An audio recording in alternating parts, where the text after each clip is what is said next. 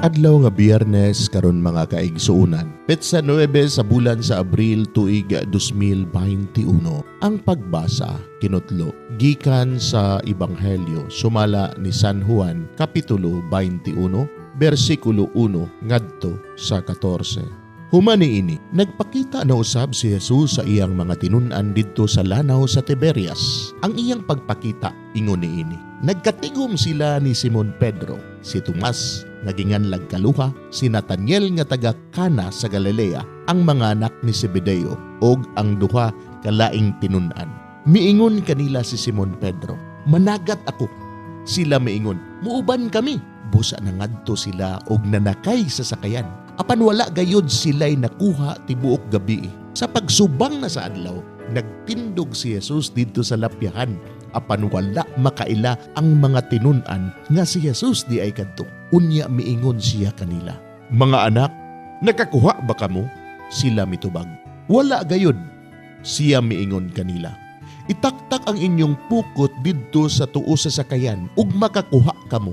Busa gitaktak nila ang ilang pukot ug wala na sila makadaog pagbira niini kay daghan man kaayo ang ilang nakuha. Ang tinun-an nga gimahal ni Jesus mingon kang Pedro, "Ang Ginoo kana." Sa pagkadungog ni Pedro nga ang Ginoo di ay kadto, gitapis niya ang iyang sapaw kay naghubo man siya ug miambak sa tubig. Ang ubang mga tinun-an na ngadto sa lapyahan sakay sa sakayan nga nagbira sa pukot nga puno sa isda. Dili kaayo sila layo sa lapyahan, mga 90 ka metros lamang. Sa pagkawas na nila, nakita nila didto ang usa ka tapok sa binagang uling nga may isda nga gisugba ug may pan usab.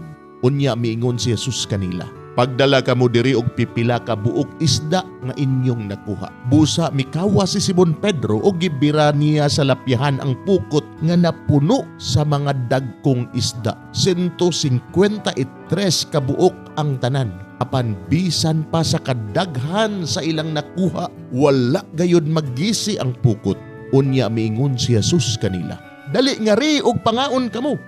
Walay usa sa mga tinun-an nga nangahas pagpangutana kaniya kung kinsa siya kay nakailaman sila nga siya mao ang Ginoo. Busa miduol si Jesus ug gikuha niya ang pan ug gihatag kanila. Gihatag usab niya ang isda. Ikatulo kining pagpakita ni Jesus ngadto sa mga tinun-an human siya mabanhaw. Mga igsuon, ang Ebanghelyo sa Ginoo. Daygod ikaw, O Kristo.